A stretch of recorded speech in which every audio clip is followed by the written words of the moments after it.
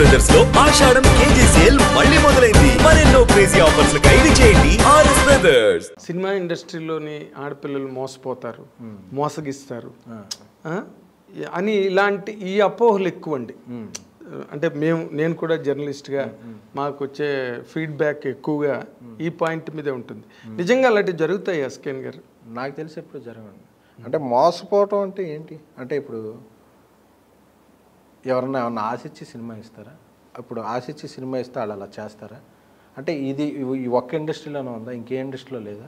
మీరు ఒకసారి సాఫ్ట్వేర్ ఇండస్ట్రీకి వెళ్ళి గూగుల్ సెర్చ్ చేసి కొడితే దీనికన్నా ఎక్కువ ఇన్సిడెంట్స్ వస్తాయి. బట్ సినిమా అనేది ఒక అద్దాల మేడ, గ్లాస్ హౌస్, అన్నీ ట్రాన్స్పరెంట్ ఉంటాయి. ఒకటి ఏదైనా జరిగితే ఒకటి జరిగిందని చెప్తారు. ఎప్పుడన్నా ఏదన్నా నేను సినిమాలో ఏదో చూస్తే ఏదో అంటారు ఆ ర్యాకెట్లో ఇరుక్కున్న ఇది అంటే వాళ్ళు ఎవరంటే జూనియర్ యాక్టర్స్ ఏదో రాస్తారు. But it belongs to film industry. టోటల్గా ఫిల్మ్ ఇండస్ట్రీ అంటే ఎంతమంది ఉన్నారు? జూనియర్ ఆర్టిస్టులు, సీనియర్ ఆర్టిస్టులు, డైలీ ఆర్టిస్టులు, వీళ్ళందరూ 3 lakhs పీపుల్ 4 lakhs పీపుల్ ఉంటారు. ఇందులో చిన్న చిన్న మైండ్ థింగ్స్ ఏదైనా జరుగుతుంటుంది అంటే యూ కెన్ దాన్ని అప్లై చేసేస్తారు. మొత్తం దాని అందరికీ అప్లై చేయడం అనేది రాంగ్. సో నాకు తెలిసి most secured and most transparent. ఎందుకంటే నువ్వు యాక్ట్ చేస్తుంటే ఒక 100 మంది చుట్టూ నిలబడి చూస్తుంటారు. సో నువ్వు 100 మందిలో పనిచేసి 100 మందితో పాటు కారు ఎక్కి వెళ్ళిపోతుంటావు. నీ పక్కన ఒక హీరోయిన్ అంటే హీరోయిన్ ఒంటరిగా రాదు. వాళ్ళ అమ్మో నానో ఈ మధ్య రావడం మానేశారు. కానీ ఒక 6 7 స్టాఫ్, ఒక అసిస్టెంట్ మేనేజరు, ఒక బాయ్, ఒక హెయిర్ డ్రెస్సరు, ఒక టచ్అప్, ఒక 6 7 వాళ్ళకు వెహికల్ పెట్టాలి. సో ఇంత ఇదిగా సరంజామాతో వస్తుంటారు.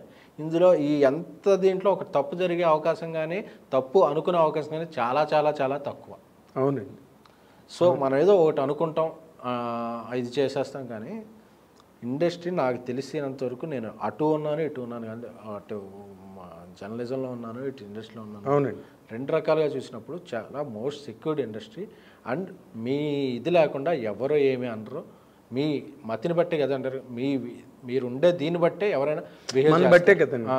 మీరు ఎలా ఉంటారో దాన్ని బట్టి ఎవరైనా నమస్కారం అంటే నమస్కారం అంటారు, నమస్కారం హాయ్ అంటే హాయ్.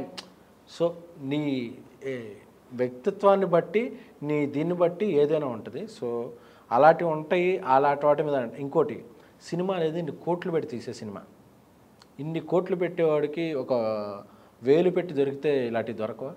సో ఆ 1000 పెట్టి దొరికే దాని గురించి కోట్లు పెట్టేవాడన్న సినిమా తీస్తాడా?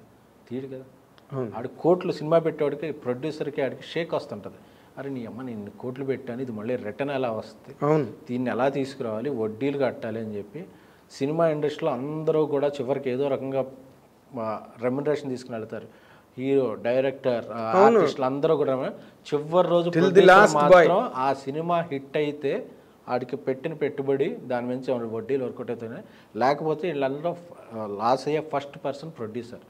అలాగే సినిమాలో 100 సినిమాలు వస్తుంటాయి, ఒక 20 సినిమాలు హిట్లు అవుతుంటాయి, 15 సినిమాలు హిట్లు అవుతుంటాయి, 10 సినిమాలు సూపర్ హిట్లు, 5 సినిమాలు బ్లాక్ బస్టర్. అంత తక్కువ సక్సెస్ రేషియోలో వెళ్ళాలి అని ప్యాషన్గా అలా చేసేవాళ్ళుగా ఎవరికి ఈ మైండ్ ఉండదు.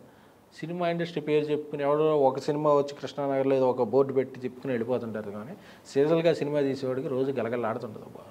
ఏంటి ఈరోజు ఏదో ఉందా, ఈరోజు వాన పడితే షూట్ క్యాన్సిల్ అవుద్దాం, ఆడ మైండ్లో 100 తిరుగుతుంటాయి. ఆ రోజు సాయంత్రం 120 పీపుల్కి ఆడ బత్తాలు డబ్బులు కట్టి సైన్లు పెట్టి చెక్లు ఇవ్వాలి, లేకపోతే రేపు షూటింగ్ రారు.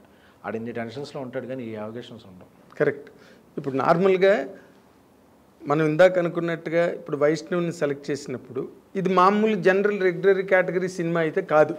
ఏదో ఒక రైల్లో సాంగు, లేకపోతే శ్రీశోర్ రెడ్డిని ఏదో ఒక బిక్ని వేసుకుని ఒక సాంగు, అలాంటి కథ కాదు ఇది. ఇది చాలా ఒక డేంజరస్ స్లోప్ ఉన్న కథ.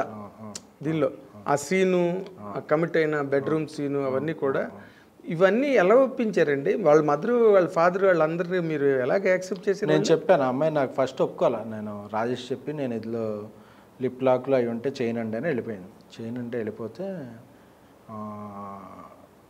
రాజేష్ అప్సెట్ అయ్యాడు. ఇదేంటి ఫస్ట్ ఒప్పుకుంది తర్వాత చేయలేదంటే నాకు ఫోన్ చేసింది.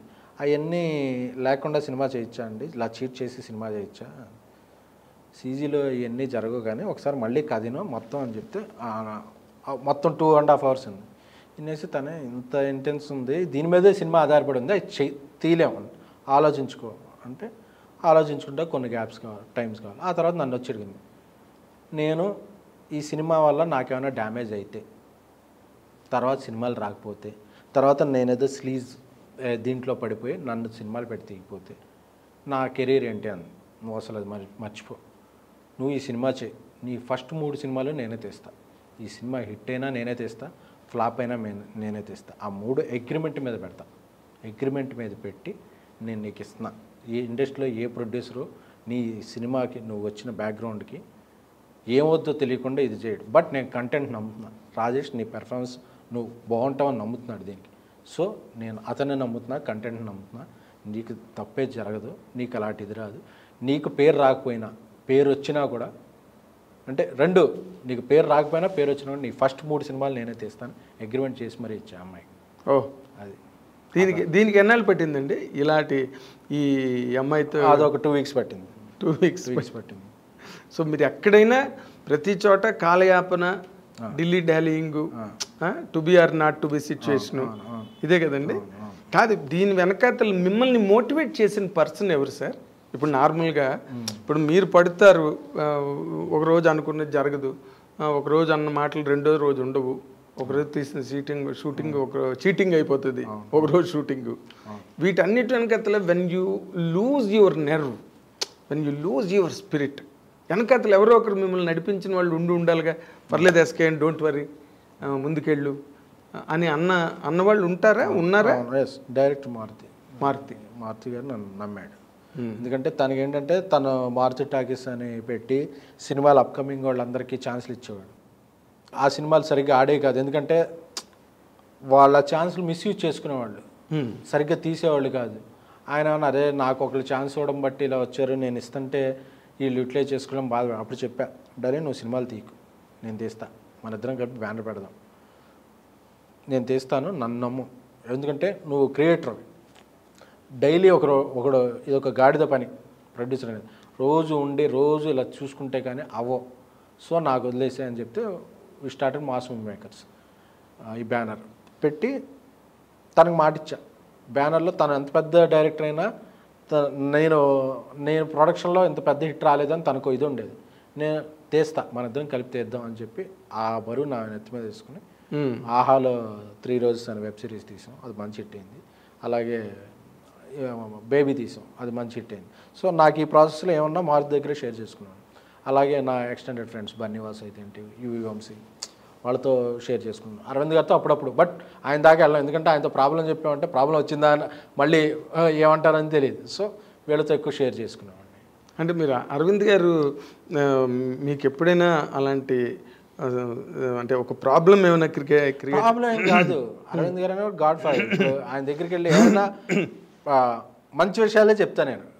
సో ప్రాబ్లమ్స్ చెప్పను. ప్రాబ్లమ్స్ చెప్తే ఓహో ఈడు హ్యాండిల్ చేయలేకపోయాడా అనుకుంటారేమో, అనుకోబోరు. ఆయన సజెషన్ ఇస్తారు, బట్ మనమే చెప్పాలంటే అవును ఎందుకు అని చెప్పి అది చెప్పను. ఏదైనా మంచి జరిగితే సార్ చూసారా ఈ సినిమా అంత బిజినెస్ చేస్తున్నాను ఇలాంటివి చెప్తా. అంతేగాని సార్ షూటింగ్ ఆగింది ఎందుకు వాన పట్టడం ఇలా ఏదో ఒకటి అక్కడ. మీరు ఆయన దగ్గరికి వెళ్ళి మీ ప్రాబ్లం చెప్పడానికి భయపడేవాడిని. వీళ్ళతో షేర్ చేసుకున్నా. సో మిమ్మల్ని అంటే నాకు ఇంత నేను చేసుకోపోయినా అనేది తెలుసు డైరెక్ట్గా, ఎందుకంటే ఇండస్ట్రీలో ఏం జరుగుతుందో తెలిసిన ఆయన సొంత క్యాంప్లో ఏం జరుగుతుందో తెలుస్తుంది. బట్ ఆయన కూడా పడితే లేస్తే నేర్చుకుంటాడు. పడి లేవడం అనేది కామన్. అంటే అరవింద్ గారి దగ్గర గొప్ప ఇది ఏంటంటే వీళ్ళకి పడి లేవటం అనేది అలవాటు పడాలి. ఎంతసేపు మనం చేయి పట్టుకుని నడిపిస్తే ఎంతవరకు నడిపించాలో అలాగో పడిపోతే అలాగో లేపుతాం. పడి లేస్తున్నప్పుడు లేవనేద్దాం, పడితే లేస్తున్నాడు కదా వాడికి అలవాటు వద్దు అనే స్పేస్ ఇస్తారు. ఓకే, ఆ స్పేస్లోంచే ఇలా ప్రోడక్ట్స్ బేబీ వచ్చింది. అంటే అరవింద్ గారు ఇచ్చిన స్పేసే బేబీ అనమాట.